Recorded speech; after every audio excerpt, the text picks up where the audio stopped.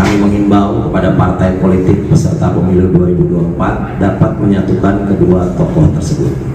Poin keempat, jika Ganjar Pranowo dan Prabowo Subianto akan maju masing-masing sebagai calon presiden, maka kami akan memutuskan satu nama pada forum rapat kerja nasional yang akan kami selenggarakan dalam waktu yang akan datang untuk dapat merayakan pesta demokrasi ini dengan penuh sukacita dan kedamaian tanpa ada rasa kebencian. Di kalangan budayawan, seniman, dan artis, selain figur incumbent seperti Rano Karno, Rieke Diah Pitaloka, Krisdayanti, Herve Maleholo, itu Yuniko Sihaan juga bergabung, Once Mekel, Marcel Sihaan, Taufik Hidayat Ujo, Denny Cagur, Tamara Geraldine, Sari Kuswoyo, mengingat Kus Plus itu kan nasionalisme, patriotismenya luar biasa.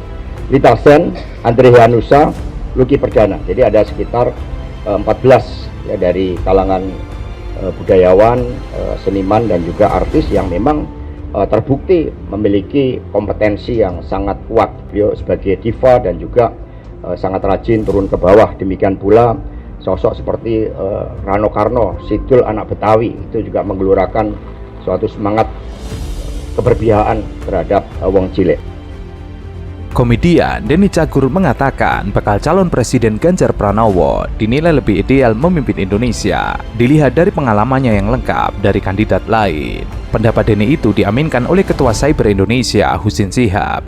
Dibandingkan bakal capres lainnya, Ganjar paripurna memimpin Indonesia jika dilihat dari pengalamannya. Apa yang disampaikan Denny Cagur ini menurut Husin adalah fakta. Sebentar, tadi kan kamu tanya, kok aku nggak ditanya, kenapa pilih Ganjar? Benar sekali ya. Iya. Oke. Kenapa Mas pilih Ganjar? Karena kita sedang memilih presiden. Kalau kita nyari istri, aku pilih kamu. Oke, kenapa Pak Ganjar? Iya, betul. Karena emang ada yang lebih ideal untuk memimpin Indonesia selain Pak Ganjar. Karena bagi saya, capres ini kan cuma 3. Ganjar, Pranowo, dan Ganjar Pranowo. Jadi saya pilih Ganjar. Bukan Pranowo, Mas. Iya, Pranowo, Ganjar Pranowo, dan Ganjar Pranowo. Oke. Iya, kita sedang memilih presiden. DPR. DPR itu akan membuat undang-undang yang nantinya akan dijalankan oleh presiden. Ganjar Pranowo 2 periode menjadi DPR. Gubernur adalah wakil pemerintah pusat di daerah yang laporannya ke presiden melalui Menteri Dalam Negeri. Ganjar Pranowo 2 periode menjadi gubernur. Berarti ini maksudnya sekarang sama-sama kita sukseskan, kita sempurnakan karir politiknya Ganjar Pranowo. 2 kali DPR, 2 kali gubernur, dan 2 periode presiden. Luar biasa ya. Karena sekarang Indonesia kita sedang menuju ke Indonesia Emas di 2045. Kita sedang memilih seorang nahkoda yang akan membawa kita naik perahu. Ini semua rakyat Indonesia mau naik perahu, mau berangkat ke Indonesia Emas di 2025. Kita sedang mencari nahkodanya. Ada 3 calon. Cara melihatnya adalah gampang. Kita tinggal lihat track record, apa yang rekam jejaknya. Pak Ganjar pernah jadi DPR, pernah jadi gubernur. Otomatis dia punya pengalaman di legislatif dan eksekutif. Kita wajib memilih beliau. Jangan sampai kita mau nyari nahkoda, kita milih orang nih yang berenang aja nggak bisa, naik sampan aja belum pernah, naik speedboat belum pernah. Apa kita rela untuk menenggelamkan kapal Indonesia di tengah lautan menuju ke 2045? Tidak ada yang lebih pantas, tidak ada yang lebih cocok di antara 3 calon selain Ganjar Pranowo. Setuju ya semuanya ya. Ganjar lebih banyak pengalaman dibandingkan Anies yang belum pernah menjadi anggota DPR. Begitu pula dengan Prabowo, ketua Partai Gerindra itu belum pernah menjabat sebagai anggota legislatif. Pengalaman menduduki jabatan di legislatif dan eksekutif dinilai perlu akan menjadi modal menahkodai Indonesia di masa yang akan datang. Sebelumnya, Denny menyebut Ganjar sudah menjabat anggota DPR 2 periode dan gubernur 2 periode. DPR nantinya membuat undang-undang yang nantinya akan dijalankan oleh presiden. Gubernur adalah wakil pemerintah pusat di daerah yang laporannya ke presiden melalui Menteri Dalam Negeri. Ganjar 2 periode jadi gubernur. Sedangkan kita sama-sama sukseskan, sempurnakan karir politik Ganjar 2 kali gubernur, 2 kali DPR, dan 2 kali presiden. Kenapa mesti Ganjar? Karena ia melihat hanya ex-gubernur Jawa Tengah itulah yang layak terlihat dari rekam jejaknya. Perkara itu, Denny menyebut jangan sampai memilih nahkoda, berenang saja tidak bisa, naik sampan belum pernah, naik speed belum pernah. Denny menyebut tidak boleh main-main karena akan berakibat fatal.